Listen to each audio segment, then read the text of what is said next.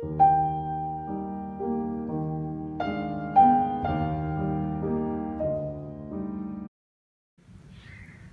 मैं आपको मशहूर अमरीकी लघु कथा लेखक विलियम सिडनी पॉटर, जी हाँ, यानी ओ हेनरी की एक कहानी का हिंदी रूपांतर सुनाऊंगी।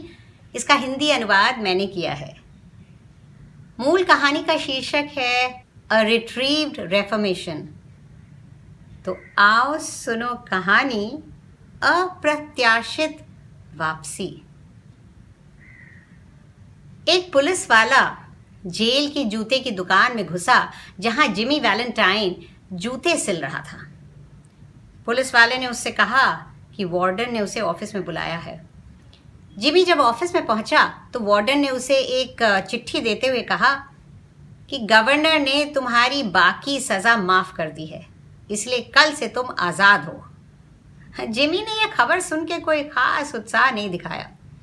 4 साल की सज़ा के 10 महीने तो वो काट ही चुका था। उसने सोचा था कि ज़्यादा से ज़्यादा 3 महीने ही जेल में रहना पड़ेगा। खैर, वार्डन ने कहा, देखो जिमी, अब सीधे रास्ते पर चलना। तुम दिल के बुरे नहीं हो। अब तिजोरियां खोलना तोड़ना बंद कर दो। एक अच्छे इंसान की तरह जीवन बिताओ।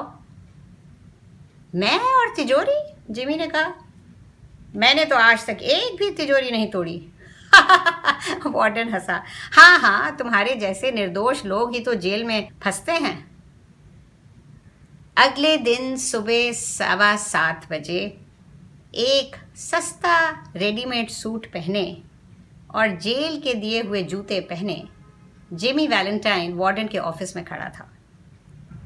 वहां के क्लर्क ने उसे एक रेल का टिकट और $5 दिए, कानून की तरफ से सीधी राह पर चलने का तोहफा। वार्डन ने उससे हाथ मिलाया और उसे एक सिगार पेश किया और जिमी ने जेल के बाहर आज़ादी की गुनगुनी धूप में कदम रखा। चिड़ियों के चहचहाने, हरे भरे पेड़ों के झूमने और गुनगुनी धूप को नज़रअंदाज करता हुआ जिमी सीधे एक रेस्टोरेंट में पहुंचा और वहां पर रोस्ट चिकन और एक बोतल वाइन और बाद में एक अच्छे सिगार के साथ उसने अपनी आज़ादी का जश्न मनाया।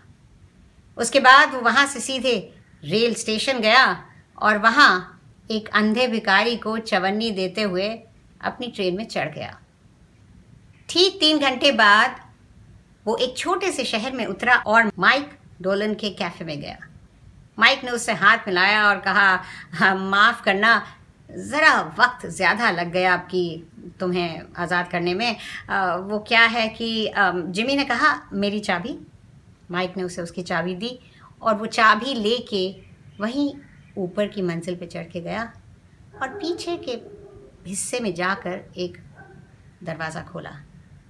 सब कुछ बिल्कुल वैसा ही था जैसा वो छोड़ कर गया था। ज़मीन पर पड़ा मशहूर जासूस इंस्पेक्टर बेन प्राइस के बटन तक, जो उस दिन हाथापाई में वहां गिरा था। जिमी ने दीवार पर लगा एक फोल्डिंग बेड खोला और उसके पीछे के हिस्से को एक तरफ धकेला। वहां से उसने एक सूटकेस निकाला और उसको मेज पर खोला। बहुत बढ़िया तरह तरह के स्टील के औजार उसमें चमचमा रहे थे। एक चोर के सभी उपकरण उसमें मौजूद थे। 2-3 तो ऐसे थे जिन्हें जिमी ने खुद इजाद किया था। जिमी उन्हें प्यार से निहारने लगा। किसी और के पास इतना बढ़िया संग्रह नहीं था चोरी के उपकरणों का। आधे घंटे बाद जब जिमी फिर से कैफे से गुजरा तो उसने एक बढ़िया सूट पहन रखा था और उसके हाथ में वही सूटकेस था। जब माइक ने उससे पूछा कि क्यों, कोई काम मिला है, तो उसने कहा, मैं कुछ समझा नहीं, मैं तो न्यूयॉर्क की एक बिस्किट कंपनी का मुलाजिम हूँ। माइक को उसका ये जवाब इतना पसंद आया कि उसने फौरन उसे एक दूध और सोडा वाला ड्रिंक पेश किया। जिमी शराब को हाथ भी नहीं लगाता था। जिमी वैलेंटाइन की रिहाई के 1 हफ्ते बाद एक चोरी हुई जिसमें बैंक से $800 निकाले गए। फिर अगले हफ्ते एक और चोरी में $1500 गायब हुए।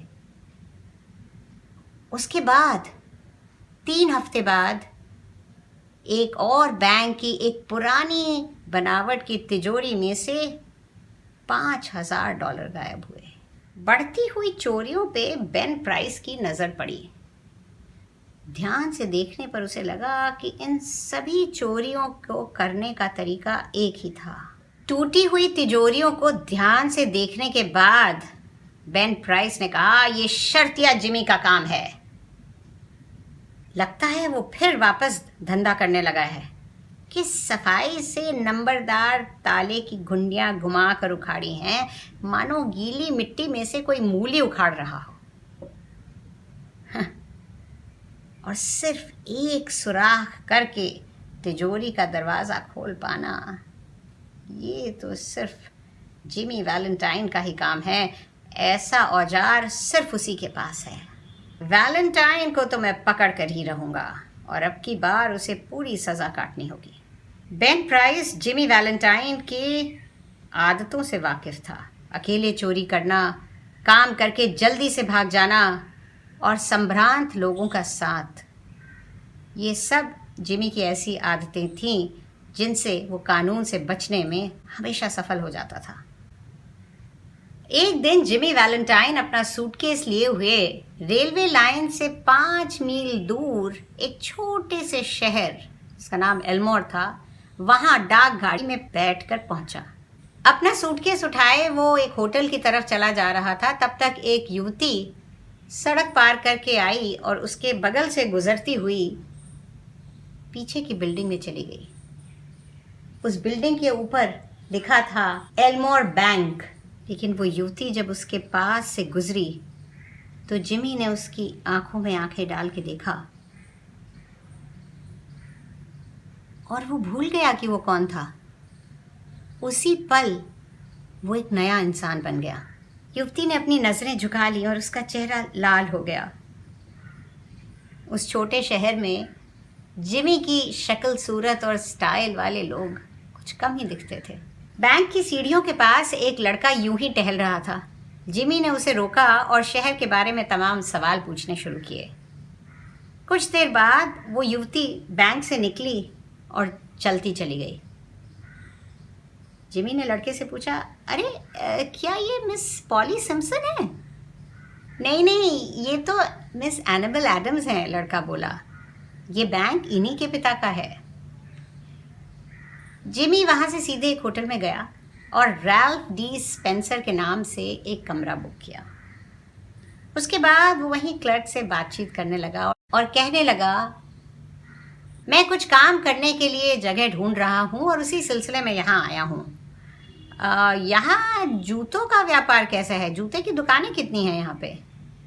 तो उस क्लर्क ने, जो जिमी की अदा पर फिदा था, कहा कि जनाब, जूते की दुकान तो ऐसे कोई नहीं है यहाँ पे। जो अन्य सामान की दुकान होती है उसी में एक तरफ जूते रख दिए जाते हैं, वहीं से बिकते हैं। उसने कहा, मिस्टर स्पेंसर, उम्मीद है कि आप एल्मोर शहर में रुकेंगे और यहीं रह जाएंगे। यहाँ के लोग भले हैं और यहाँ रहने में आपको अच्छा लगेगा। मिस्टर स्पेंसर ने कहा कि वो कुछ दिन रुककर इस शहर का मुआयना करेंगे और फिर तय करेंगे। ये कहकर वो अपना सूटकेस खुद ही उठाकर अपने कमरे की तरफ चले गए।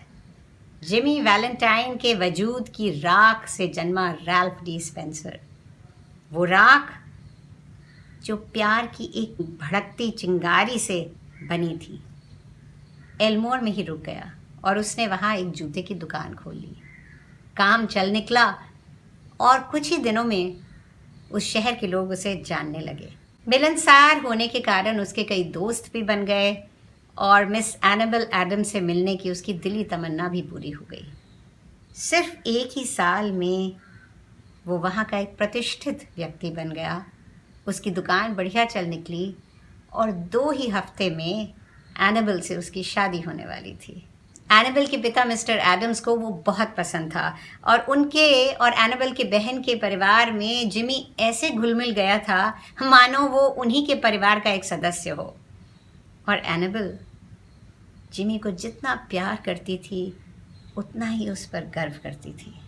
एक दिन जिमी ने एक पत्र लिखकर एक सुरक्षित पते पर अपने दोस्त के नाम भेजा।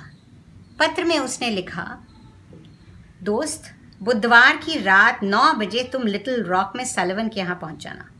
मैं अपने कुछ ज़रूरी काम निपटाने में तुम्हारी मदद चाहता हूँ। तुम्हें ये जानकर खुशी होगी कि अपने औजारों का सूटकेस मैं तुम्हें उपहार में देना चाहता हूँ। ऐसे औजार तुम्हें $1000 देने पर भी नहीं मिलेंगे, ये तो तुम जानते हो। मुझे अपना पुराना धंधा छोड़े हुए 1 साल हो गया है। अब मेरी एक अच्छी सी दुकान है और मैं ईमानदारी से जीवन बिता रहा हूँ, और दुनिया की सबसे शरीफ लड़की से 2 हफ्तों में मेरी शादी होने वाली है। अब कोई मुझे $1,00,000 भी दे तो भी मैं किसी की 1 पाई भी नहीं छूऊंगा। शादी के बाद एक नई जिंदगी शुरू करने में सुदूर पश्चिम में चला जाऊंगा, जहां मेरे पिछले गुनाहों की पहुंच ना हो। बिली, वो किसी फरिश्ते की तरह है और मुझे बहुत चाहती है। अब मैं कोई भी गलत काम नहीं करूंगा। देखो, पहुंच जाना ज़रूर। मैं अपना सूटकेस लेके आऊँगा, जिमी। सोमवार की जिस रात जिमी ने एक ख़त लिखा, उसी रात इंस्पेक्टर बेन प्राइस एक घोड़ा गाड़ी से एल्मोर पहुँचे और वहाँ पूछताछ शुरू की, और जल्द ही उसे वो जानकारी मिल गई जिसकी उसे तलाश थी। जूते की दुकान की दूसरी तरफ, सड़क के दूसरी ओर एक दुकान से उसने जूते की दुकान का नज़ारा देखा और रैल्फ टी स्पेंसर को अच्छी तरह देखा और पहचाना और कहा, जिमी, वाह, बैंकर की बेटी से शादी करने जा रहे हो। बुधवार की सुबह जिमी ने एडम्स परिवार के साथ नाश्ता किया। वो लिटिल रॉक जा रहा था अपनी शादी के सूट का ऑर्डर देने और एनाबेल के लिए कोई खूबसूरत तोहफा खरीदने। नाश्ते के बाद पूरा परिवार बैंक की ओर चला और रास्ते में जिमी ने लपक के अपना सूटकेस भी उठा लिया। बैंक के पास ही घोड़ा गाड़ी खड़ी थी जो तैयार थी जिमी को रेल स्टेशन ले जाने के लिए। मिस्टर एडम्स, एनाबेल, उसकी बहन और बहन की 2 छोटी प्यारी बच्चियां, 9 साल की मे और 5 साल की एगाथा, जिमी, ये सब लोग बैंक में घुसे और नक्काशीदार लकड़ी के कटघरे की तरफ से होते हुए अंदर वाले कमरे में गए। अंदर वाले कमरे में एक नई तिजोरी और तहखाना लगाए गए थे। तहखाना हालांकि छोटा था, मगर उसका नया दरवाज़ा बिल्कुल चमचमा रहा था और उसमें स्टील की 3 मोटी मोटी चिटकनियाँ लगी थीं जो हैंडल घुमाते ही एक ही झटके में बंद हो जाती थीं। इसके अलावा उसमें समय के अनुसार चलने वाला एक नंबरदार ताला भी था। मिस्टर एडम्स बड़े शान से वो तिजोरी और तहखाने का दरवाज़ा और उसके काम करने का तरीका रैल्फ को दिखाने लगे, लेकिन रैल्फ ने उसमें कोई ज़्यादा दिलचस्पी नहीं दिखाई। हाँ, दोनों बच्चों को उसके चमकीले हैंडल और घुंडियाँ बड़े मज़े के लग रहे थे। इसी बीच बेन प्राइस टहलता हुआ बैंक में घुसा और बड़े इत्मीनान से कोहनी टिका कर एक ऐसी जगह खड़ा हो गया जहाँ से उसे लकड़ी के कटघरे और सलाखों के अंदर वाला कमरा साफ दिखाई दे रहा था। टेलर के पूछने पे उसने बताया कि वो उसे यहाँ कोई काम नहीं था, वो तो सिर्फ एक परिचित का इंतज़ार कर रहा था। तभी अचानक औरतों की चीख सुनाई दी। बड़े लोग देख भी नहीं पाए थे कि कब 9 साल की मे ने 5 साल की एगाथा को तहखाने में बंद कर दिया था, और जैसा उसने मिस्टर एडम्स को करते हुए देखा था वैसे ही हैंडल घुमाकर नंबरदार ताले की घुंडी भी घुमा दी थी। मिस्टर एडम्स ने फौरन उसको खोलने की कोशिश करी, जोर जोर से, मगर वो कुछ नहीं कर पाए।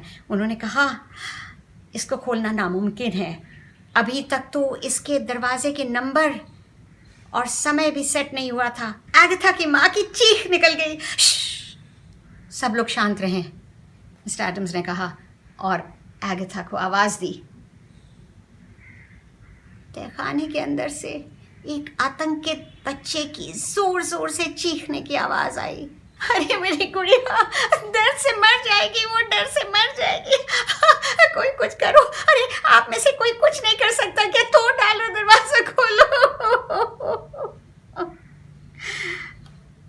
उसकी माँ ने बिलखते हुए कहा, लिटिल रॉक ये सबसे पास वो ऐसा शहर है जहाँ से कोई आ सकता है इस तिजोरी का दरवाज़ा खोलने, मिस्टर एडम्स ने कहा, लेकिन इसमें बहुत वक्त लग जाएगा। हे भगवान स्पेंसर, क्या करें? ये नन्ही बच्ची इस तहखाने में ज़्यादा देर नहीं रह पाएगी, मिस्टर एडम्स ने कहा। वहाँ पर्याप्त हवा भी नहीं है और कहीं डर के मारे उसे फिट ना पड़ने लगे। एगाथा की माँ अब तक पागलों की तरह दरवाजे को पीट रही थी। किसी ने कहा शायद डायनामाइट से काम बने। एनाबेल ने अपनी बड़ी बड़ी आंखों से रैल्फ की तरफ देखा। कुछ करो रैल्फ। उसकी बड़ी बड़ी आंखों में पीड़ा थी पर निराशा नहीं। एक औरत को कोई भी काम इतना मुश्किल नहीं लगता जो वो आदमी ना कर पाए जिसे वो प्यार करती हो। कुछ करो ना रैल्फ, उसने कहा। रैल्फ उसे देखकर एक अजीब ढंग से मुस्कुराया और उसने कहा, एनाबेल ज़रा मुझे वो गुलाब दो जो तुमने अपने लिबास में लगा रखा है। एनाबेल को ये कुछ अटपटी सी बात लगी, मगर उसने बिना कुछ बोले वो गुलाब निकाल कर रैल्फ को दे दिया। रैल्फ ने उसे अपने जैकेट की जेब में खोसा, फिर उसने अपना कोट उतार के एक ओर फेंका, अपनी बाहें मोड़ी और इस एक हरकत से वो फिर से जिमी वैलेंटाइन बन गया। सब लोग दरवाजे से दूर हट जाएं, उसने कहा। इसके बाद उसने अपना सूटकेस उठाकर मेज पर रखा और पूरा सपाट करके खोल दिया। फिर उसने उसमें से चमचमाते औजार निकालकर तरतीब से रखना शुरू किया और जैसा हमेशा करता था सीटी बजाते हुए काम में जुट गया। बाकी लोग चुपचाप खड़े उसे देखते रहे, बिना हिले डुले, मानो किसी मंत्र से वशीभूत हो। 1 मिनट में जिमी की ड्रिल मोटी स्टील को मक्खन की तरह छेदने लगी और 10 मिनट में अपने काम का ही एक नया कीर्तिमान स्थापित करते हुए उसने वो हैंडल घुमा के वो तीनों चिटकनियाँ खोल दी और तहखाने का दरवाज़ा खुल गया। एगाथा की माँ ने लपक के अपनी बेटी को उठा लिया जो अब तक निढाल हो चुकी थी पर सुरक्षित थी। जिमी ने चुपचाप अपना कोट पहना और लकड़ी के कटघरे के बाहर बैंक के दरवाजे की ओर चल दिया।